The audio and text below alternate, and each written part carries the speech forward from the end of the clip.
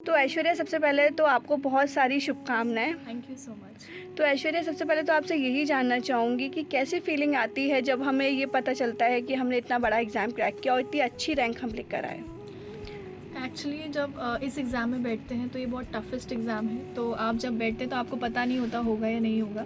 तो जब आप अपना लिस्ट में नाम देखते हो तो एक सेटिस्फैक्शन मिलता है और एक खुशी होती है कि एटलीस्ट हम इस लिस्ट में आ पाए। जी, बिल्कुल। तो आपकी स्ट्रैटेजी क्या रही पढ़ाई को लेकर के? किस तरीके से पढ़ाई करते थे आप? मेरी स्ट्रैटेजी ये थी कि मैं 10 आवर्स देने की कोशिश करती थी डेली अपनी पढ़ाई को।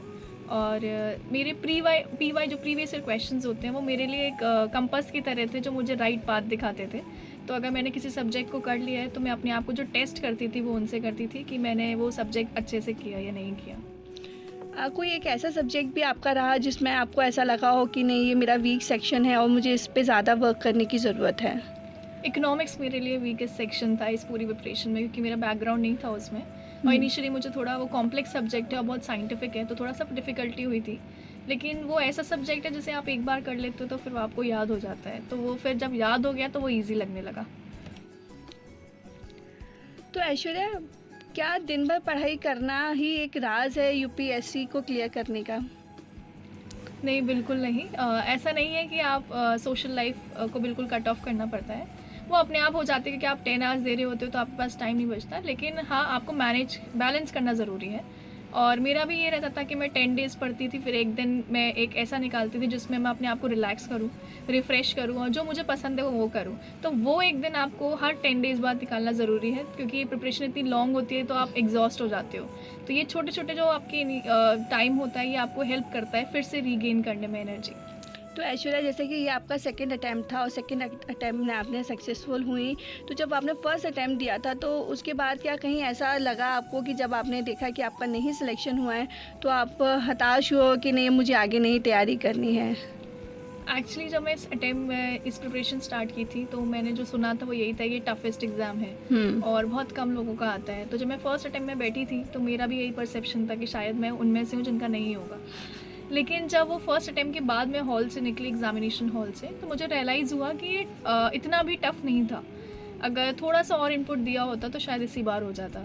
तो वो जो एक लर्निंग थी उस फर्स्ट अटेम्प्ट से, फिर मैं घर गई, मैंने एनालाइज़ किया कि मेरे से कहाँ कहाँ गलतियाँ हुई और उसे इम्प्रूव कर सकती हूँ। तो मेरे लिए फ़र्स्ट अटेम्प्ट एक एनकरेजमेंट की तरह था, ना कि डिमोटिवेशन।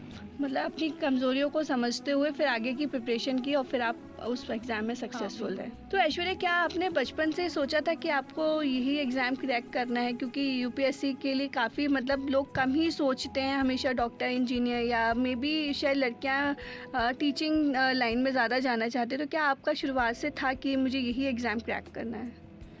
आई थिंक हमारे जो सोसाइटी है उसमें प्रॉब्लम यही है कि हम करियर डिसाइड नहीं कर पाते हैं। Yes. जो भी एक सबसे ट्रेंड में होता है हम उसी को चूज़ कर लेते हैं। और हम लोग भी हटके नहीं है इससे, हम भी इसी से निकले हैं।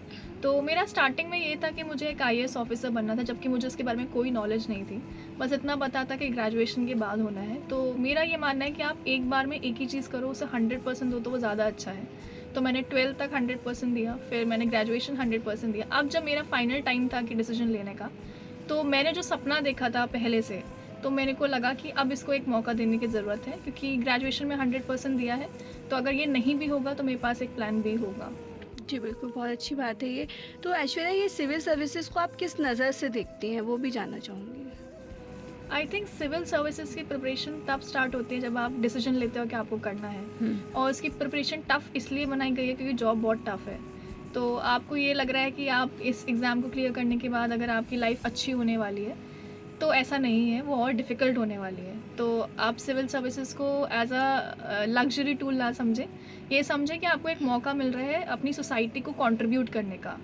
जैसा धर्म चक्र परिवर्तन का कंसेप्ट है कि हम सोसाइटी को छोटे छोटे इनपुट से वापस दे सकते हैं, तो उस छोटे से इनपुट का तरीका सिविल सर्विसेज है। तो सिस्टम में आने के बाद क्या मेजर बदलाव आप चाहेंगी कि ये चीज़ें बदलनी ही चाहिए, तो उसके लिए आप क्या कहेंगी? आई थिंक 2 चीज़ों पे मैं वर्क करना चाहूँगी। एक विमेन का पार्टिसिपेशन लेबर फोर्स में, और दूसरी चीज़ है क्वालिटी ऑफ एजुकेशन।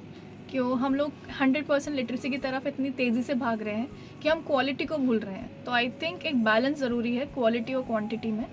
और विमेन का मैं मानना चाहती हूँ कि मैंने जो अधिकतर आसपास देखा है विमेन को हमेशा शादी एक ऑल्टरनेटिव लगता है करियर का, कि अगर उनका करियर नहीं अच्छा है तो कोई बात नहीं, शादी है, शादी कर लेंगी, अच्छे परिवार चले जाएंगी, उनकी लाइफ सेटल हो जाएगी।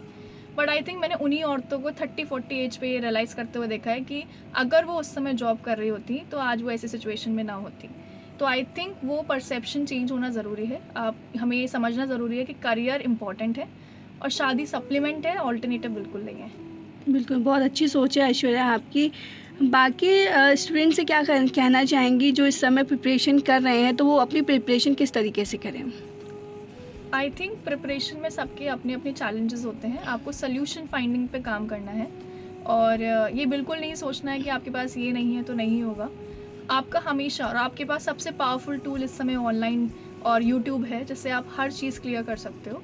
बस आपको ये करना है कि पॉजिटिवली विद पॉजिटिव एटीट्यूड आपको 100% देते हुए इस प्रिपरेशन में आगे बढ़ना है। ऐश्वर्या, आपकी हॉबीज़ क्या क्या हैं वो भी जानना चाहूँगी पढ़ाई के अलावा।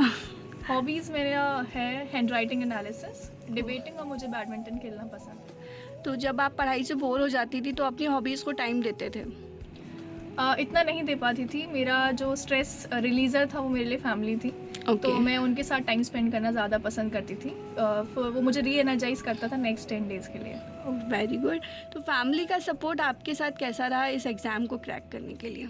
मैंने पूरी प्रिपरेशन आगरा से ही की अपनी फैमिली के साथ रहते हुए, तो उनका बहुत इंपॉर्टेंट रोल था, स्पेशली मदर का रोल, क्योंकि आप पढ़ तब पाते हो जब आपका कोई काम दूसरा कर रहा हो, और वो मेरे लाइफ में मदर थी।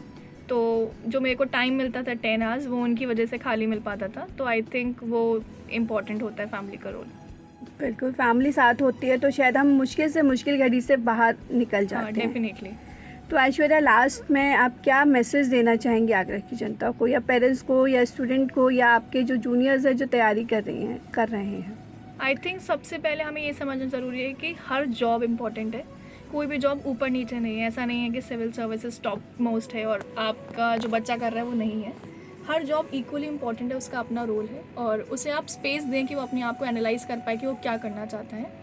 और बच्चों से यही है कि वो अपनी फील्ड अगर आइडेंटिफाई करिए तो उसमें अपना 100% दें, और कुछ ऐसा यूनिक उसमें इनोवेशन करें जिससे आपको सक्सेस मिले जो आप चाहते हो।